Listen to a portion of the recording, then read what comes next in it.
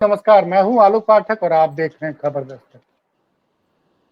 उत्तर प्रदेश की विधानसभा में आज समाजवादी पार्टी ने फतेहपुर के मामले में सरकार को बुरी तरह से घेर लिया।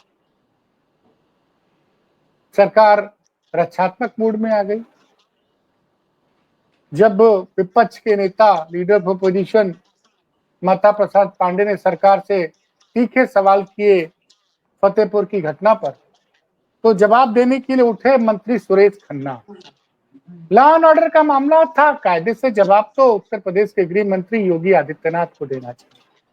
लेकिन आप जानते हैं योगी जी की खासियत क्या है कि जब भी कोई तीखे सवाल किए जाते हैं तो वो खुद आगे नहीं आते, वो या तो केशव मौर्य को आगे कर देंगे, ब्रजेश पाठक को आगे कर देंगे, और आज उन्होंने सदन में सुरेश खन्ना को आगे कर दिया। सुरेश खन्ना उत्तर प्रदेश सरकार के वित्त मंत्री, उनका होम मिनिस्ट्री से कोई लेना देना नहीं।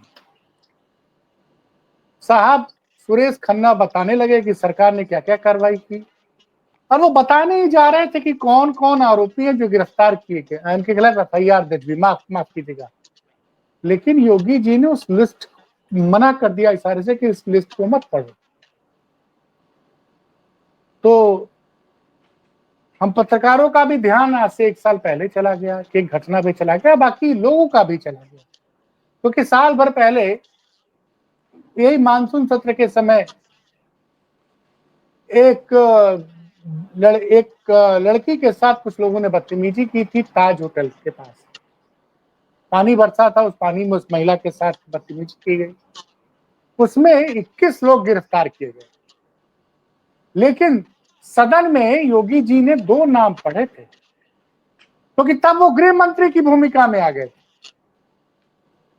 और 2 नाम में एक यादव और एक मुस्लिम, वो उनको सूट करता था तो उन्होंने पढ़ लिया। और आज सुरेश खन्ना जी जैसे उस लिस्ट की तरफ आगे बढ़ते हैं, वो इशारा करते हैं, आप सब ये फुटेज देख सकते हैं, सोशल मीडिया पे वायरल है। उस लिस्ट को पढ़ने नहीं दिया गया। अखिलेश यादव आप जानते ही हैं, सदैव इस शब्द में करारा वार करते हैं। उन्होंने ट्वीट किया इस घटना पे, जब मुख्य सच बोलने से रोक रहे हैं, सच बताने से रोक रहे हैं, तो सोचिए न्याय क्या होगा।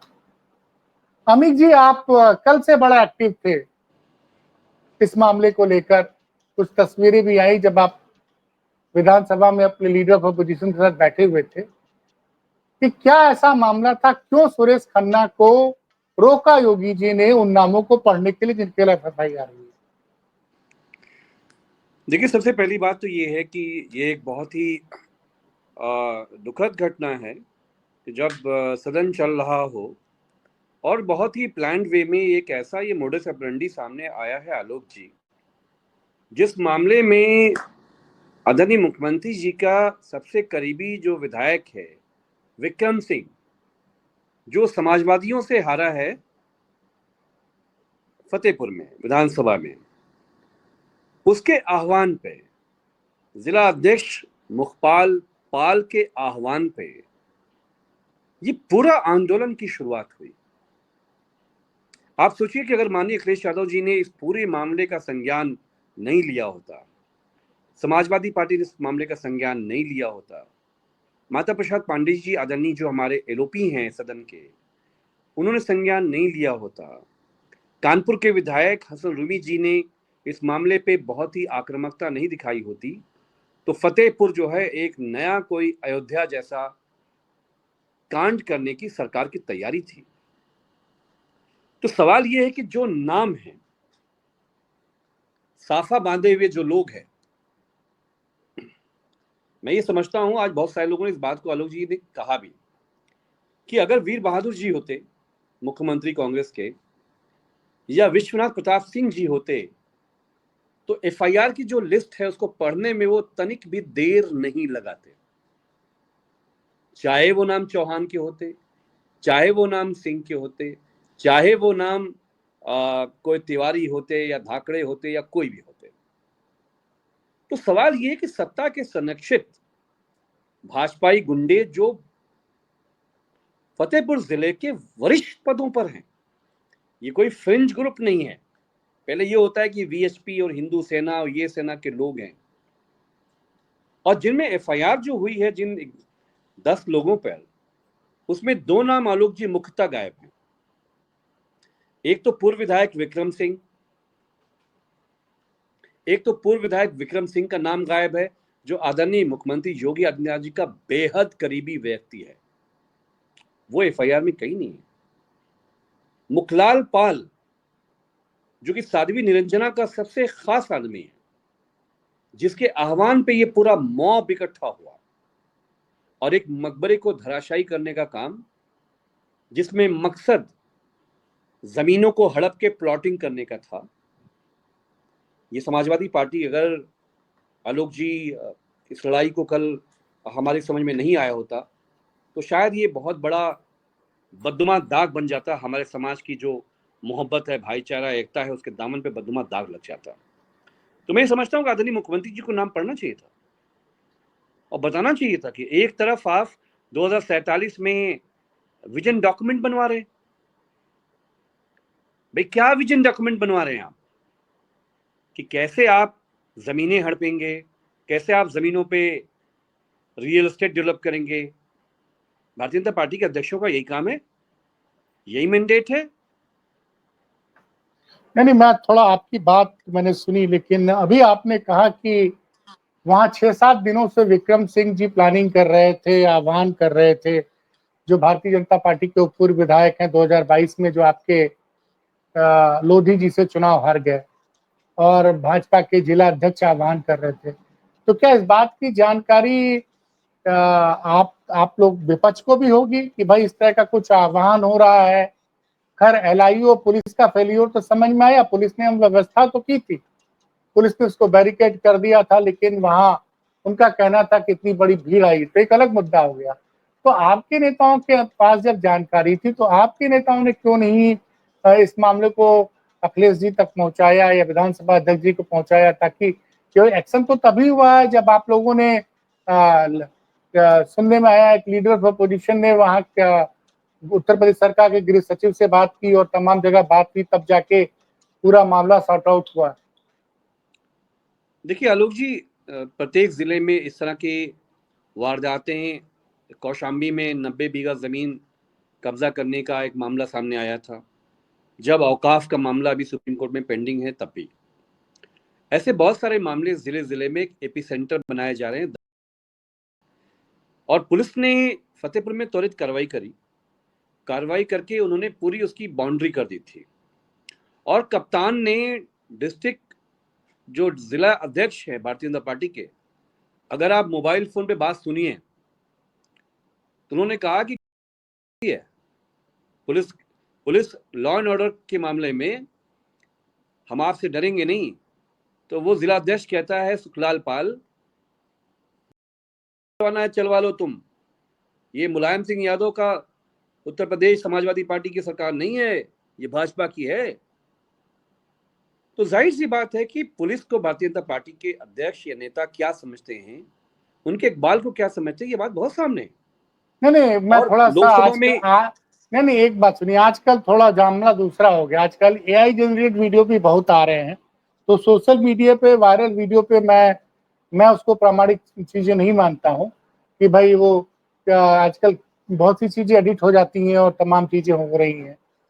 लेकिन जो कल दिखा कि भाई पुलिस ने इंतजाम किया था और उसके बावजूद भी वह बड़ी संख्या में लोग इकट्ठे हो गए। खैर प्रशासन ने थोड़ा बहुत माहौल तो लगा कि गड़बड़ होगा, लेकिन प्रशासन ने गंभीरता से काम किया।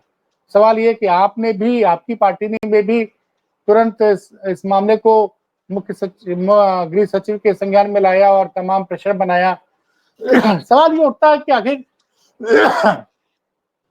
योगी जी ने क्यों नहीं नाम पढ़ने दिया? आपको क्या लग रहा था, किस डर से उन्होंने विधानसभा में जिन लोगों पर एफआईआर, और आपने एक नया एंगल इसमें बता दी, नई जानकारी दे दी। आपका कहना है कि इसमें एफआईआर जो है वहां के पूर्व विधायक के खिलाफ होना चाहिए थे और भाजपा के अध्यक्ष के खिलाफ भी होना चाहिए था। देखिए, ये जितने भी इसमें जो 10 नाम है, भारतीय जनता पार्टी के वरिष्ठ पदाधिकारी और आरएसएस के लोग हैं, नंबर 1। नंबर 2, इसको लीड करने वाले लोग। सुखलाल पाल का जो वीडियो है वो एआई नहीं, वो उनके अपने ऑफिशियल फेसबुक पेज से अगर आप चाहेंगे तो आप स्क्रीनशॉट में लगा सकते हैं, वीडियो में लगा सकते हैं कि वो अभी भी वीडियो पड़ा हुआ है और पुलिस ने उसका लेकिन संज्ञान लिया। नहीं, उससे बात तो उनका शाम को वीडियो आया, उन्होंने कहा कि भाई कोई भी आदमी कानून को हाथ में न ले और तमाम चीजें की। फिर दूसरा वीडियो भी तो सामने आया था, किस वीडियो को जी सच जी माना? जी, जब ये आप ये घटना का क्रम समझिए कि समाजवादी पार्टी के हम सबके नेता माननीय राष्ट्रीय अध्यक्ष अखिलेश यादव जी ने जब दिल्ली से इस पे संज्ञान लेते हुए वहां से राष्ट्रीय मीडिया चैनल को समाजवादी पार्टी की तरफ से वक्तव्य गए, माननीय अखिलेश जी ने इस पर अपनी बात रखी फतेहपुर पे, उनका ट्वीट भी कल आया, तो जाहिर सी बात है कि शासन प्रशासन हरकत में आया, पार्टी को आदेश हुआ और आदरणीय एलओपी साहब को ये पूरा मामला उनके संज्ञान में आया। बतौर एक जिम्मेदार माननीय अखिलेश यादव जी का वर्कर, मैंने हसन रूमी जी और आदरणीय एलओपी साहब को जो भी जानकारियां चाहिए थी वो जानकारियां हमने देने का काम किया, क्योंकि माननीय अखिलेश यादव जी ये समझते हैं ये जो सांप्रदायिक शक्तियां हैं, जो इस समाजवादियों की विरासत है, सांप्रदायिक शक्तियों के सीने पे चढ़ के उनको धराशायी करना, ये समाजवादी पार्टी की पहली पहचान है। इसलिए जब पूरे दिल्ली में एसआईआर के मामले में आपने देखा कि किस तरह से पूरे विपक्ष को डिटेन्ड किया गया, माननीय अखिलेश यादव जी ने जिस तरह से जंप करके हम इलेक्शन कमीशन पहुंचना चाह रहे थे, तो पूरे मुद्दे से डाइवर्ट करने के लिए आलोक जी, जब पूरा देश इस पे चर्चा कर रहा है कि आखिर अखिलेश जी के साथ क्या हुआ, राहुल जी के साथ क्या हुआ, एसआईआर का ये मामला है, तो बहुत ही प्लान्ड वे में इस पूरे मुद्दे को डाइवर्ट करने के लिए फतेहपुर प्लांट किया गया। और फतेहपुर जो प्लांट हुआ, इसमें विक्रम सिंह सबसे बड़ा नाम है जो इसके लिए जिम्मेदार है, इसके ऊपर एफआईआर होनी चाहिए। हम आइंदा सदन में भी जो दिन बचे हुए हैं, हमारी पार्टी चाहेगी कि इन दोनों नामों को किसी भी तरह से विधानसभा के अंदर इनके नाम आए और इनके खिलाफ एफआईआर पुलिस दर्ज करे। तो ये जो एकता है, मानिक जी ने एक बड़ी अच्छी बात कही थी आलोक जी, आपने कल सुना होगा, उन्होंने कहा कि देखिए अंग्रेजों का काम क्या था, ब्रिटिश राज का काम क्या था, हमारे समाज को हिंदू मुसलमान हम सब लोग सिख ईसाई बुद्धिस्ट जैन सब मिलजुल कर प्यार मोहब्बत से एक दूसरे के साथ रहते हैं फलते हैं, लेकिन इस सरकार को ये एकता ये मोहब्बत ये भाईचारा देखा नहीं जाता है। इसलिए ये उस जड़ में मट्ठा डालने के लिए जो फतेहपुर का पूरा खेल रचा भारतीय जनता पार्टी ने, और खासकर जो मुख्यमंत्री जी के करीबी लोग हैं, तो समाजवादियों ने उसको चकनाचूर किया और हमने दिखाया ये कोई विजन डॉक्यूमेंट जो बन रहा था 2047 का, ये डेवलपमेंट का विजन डॉक्यूमेंट नहीं था, कैसे दंगे करे जाएंगे ये उसका विजन डॉक्यूमेंट है जो इन्होंने अधिकारियों को दिया है कि विजन डॉक्यूमेंट ड्राफ्ट करिए। सच विजन डॉक्यूमेंट का यही है। नहीं, उसमें एक आपके कार्यकर्ता का भी नाम आ रहा है कि आपका भी एक कार्यकर्ता जो है उसमें कल शामिल था। देखिए, जिनका जिक्र हुआ है कोई पप्पू सिंह चौहान है, वो बहुत आवेश में आके और किस तरह से वो उस पुलिस में गए। समाजवादी पार्टी हम ये समझते हैं कि चाहे वो रिलीजियस आइडेंटिटी का सवाल हो, चाहे वो जेंडर का सवाल हो, चाहे वो वुमेन पर जेंडर सेंसिटाइजेशन का सवाल हो, आलोक जी आपको पता है कि मेरे नेता माननीय अखिलेश यादव जी, आदरणीय डिम्पल यादव साहिबा, दोनों बहुत ही जीरो टॉलरेंस है हमारी पार्टी में, नेता का चाहे कोई छोटा हो या नेता बड़ा। नहीं, बात देखिए कल के पप्पू सिंह चौहान का नाम कल आता है, वो कह रहे हैं मैंने इस्तीफा दे दिया, आपकी पार्टी की तरफ से आता कि उसको निकाल दिया गया, अब सच क्या मुझे नहीं पता, लेकिन मुझे लग रहा है कि कहीं ना कहीं आपके पार्टी में भी कुछ ना कुछ, मैं आपको एक कुछ चीजें मतलब चूंकि सब कुछ दर्शकों को जानना जरूरी है। जब रामचरितमानस के खिलाफ स्वामी प्रसाद मौर्य ने बहुत सारी टिप्पणियां की, गंभीर टिप्पणियां कुछ उसके अंश को लेकर, उस पर ऐतराज जताते हुए राम मंदिर के प्राण प्रतिष्ठा समारोह के बाद आपके कई विधायक ने सब भाजपा के राज्यसभा सदस्य के दौरान वोटिंग के दौरान भाजपा के राज्यसभा सदस्य को के उम्मीदवार को वोट दिया और ये बोला कि भाई जहां राम का सम्मान नहीं हुआ उस पार्टी में हम नहीं रहेंगे। चाहे वो मनोज पांडे हो जो आपके नेता थे विधानसभा में आपके दल के, या फिर अभय सिंह हो, राकेश प्रताप सिंह हो, राकेश पांडे हो, तो ऐसा क्या हो रहा है कि आप और मनोज पांडे जैसे नेता जो कि 3 बार के विधायक रहे सपा के। देखिए आलोक जी, एक बात समझिए, राकेश सिंह हो, मनोज पांडे हो, या ये जो भी लोग हों, हमारे यहाँ भारत में जो कॉन्ट्रडिक्शंस हैं आपस में, जिन जिन कॉन्ट्रडिक्शंस पे हमेशा बाबा साहब अम्बेडकर ने, पेरियार ने, हमारे इवन डॉक्टर राम मनोहर लोहिया ने, फ्रॉम बनिया फैमिली, और राजनारायण जी कमिंग फ्रॉम ए कायस्था फैमिली, ये जितने भी हमारे सोशलिस्ट और बहुजन आइडियोलॉग्स हुए, इवन मान्यवर काशीराम जी, इन्होंने हमेशा जो जो पोगापंथी हैं, जो डिस्कोर्स है, जो बहुजनों को जो दमन करने के लिए जो प्रतीक हैं, उन प्रतीकों पे हमला किया। और हम ये समझते हैं कि ये एक वैचारिक डिफरेंसेस थे जो पैरेलल चले आते रहे। आज मोदी जी बाबा साहब अम्बेडकर का नाम लेते हैं, बाबा साहब तो हर साल मनुस्मृति जलवाते थे। स्वामी जी ने जो बात बोली, स्वामी जी ने कोई नई बात तो बोली नहीं। हमारा ये कहना है कि हम किसी भी धर्म पर, समाज पे किसी की आस्थाओं को चोट नहीं पहुंचाना चाहते, लेकिन जिनमें वैचारिक विचलन, और जिनमें वैचारिक विचलन तो छोड़ दीजिए आप, बीजेपी आरएसएस के साथ समझौता, सुरक्षा, सिक्योरिटी, ठेका, पट्टा, यही था ना, डर, खौफ। जो विधायक बात आपकी सही है, समाजवादियों के लेकिन जो विधायक गए, उनका डर खौफ था मुख्यमंत्री जी से। स्वामी प्रसाद जी तो बहाना थे।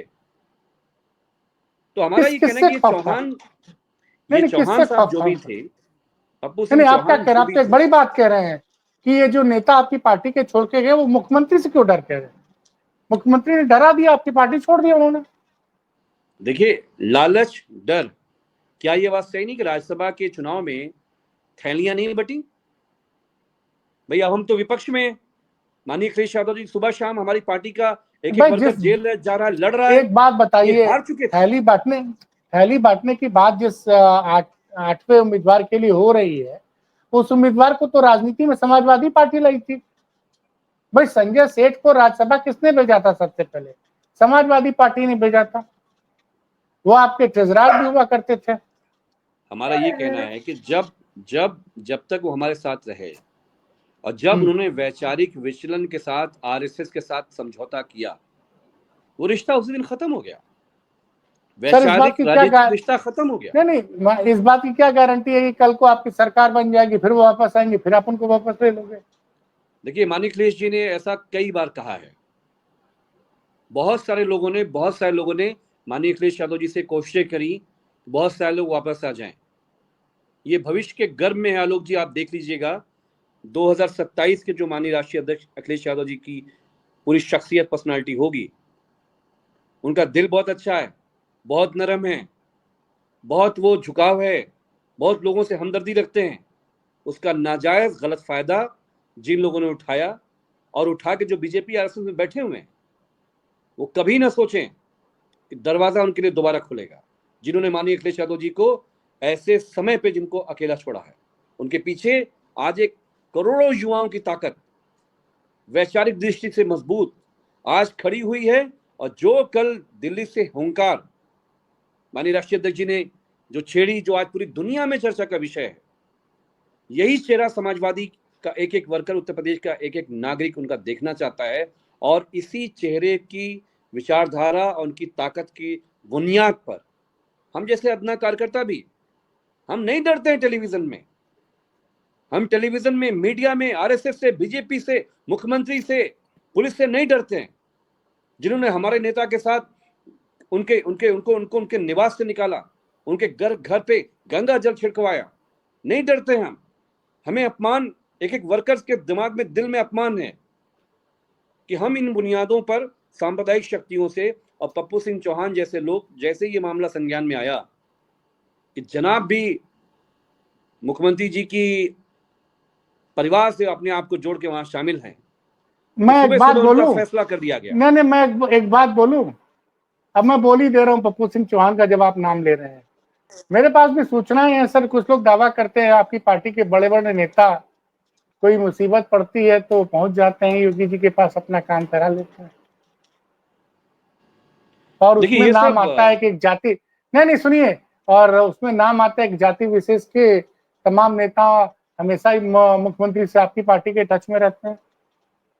देखिए आलोक जी, ये तो खैर मीडिया का एक गप है, एक अफवाह है, लेकिन मैं आपको अपने नेता के बारे में जितनी मैं समझ रखता हूं नहीं, उनके बारे आपके में, नेता पे सवाल नहीं उठा रहा हूं। जो वैचारिक कहीं नहीं नहीं कहीं जो न कहीं वैचारिक कहीं न कहीं भाजपा जो ने आपकी पार्टी में सेंध लगा रखी है। जो जो वैचारिक दृष्टि में मेरे नेता माननीय अखिलेश यादव जी के बारे में हम सब लोग करोड़ों वर्कर्स जो उनके जानते हैं और ये समझते हैं, अगर कहीं से कोई ऐसी बात आप में आलोक जी, जो आपका दावा है, कहीं ये सच हुआ, आप उन लोगों को 2027 में आप ऐसे लोगों को हाशिए पर वो लोग आपको नजर आएंगे। मैं बस इतना कह सकता हूं। मैं और तो मैं देखता समझता हूँ हूं कि कि सर समाजवादी पार्टी, मैं आपको अमित जी एक बात और बताता हूँ, क्योंकि मैं खुल के बात करने वाला आदमी हूँ। जब मुझे सूत्र बताते हैं तो ये बोलते हैं कि पाठक जी, इन नेताओं का आपने कभी सरकार, इन नेताओं को आपने देखा कि योगी जी के खिलाफ कभी खुल के बोला इन्होंने? तो मैं उनके बयान देखता हूँ पिछले 2, 3, 4, 5 सालों में उन्होंने योगी पे कभी कोई अटैक नहीं किया। तो मैं कह रहा हूं ना, एक पप्पू सिंह चौहान नहीं है आपकी पार्टी में, आपकी पार्टी में बहुत सारे पप्पू सिंह चौहान है।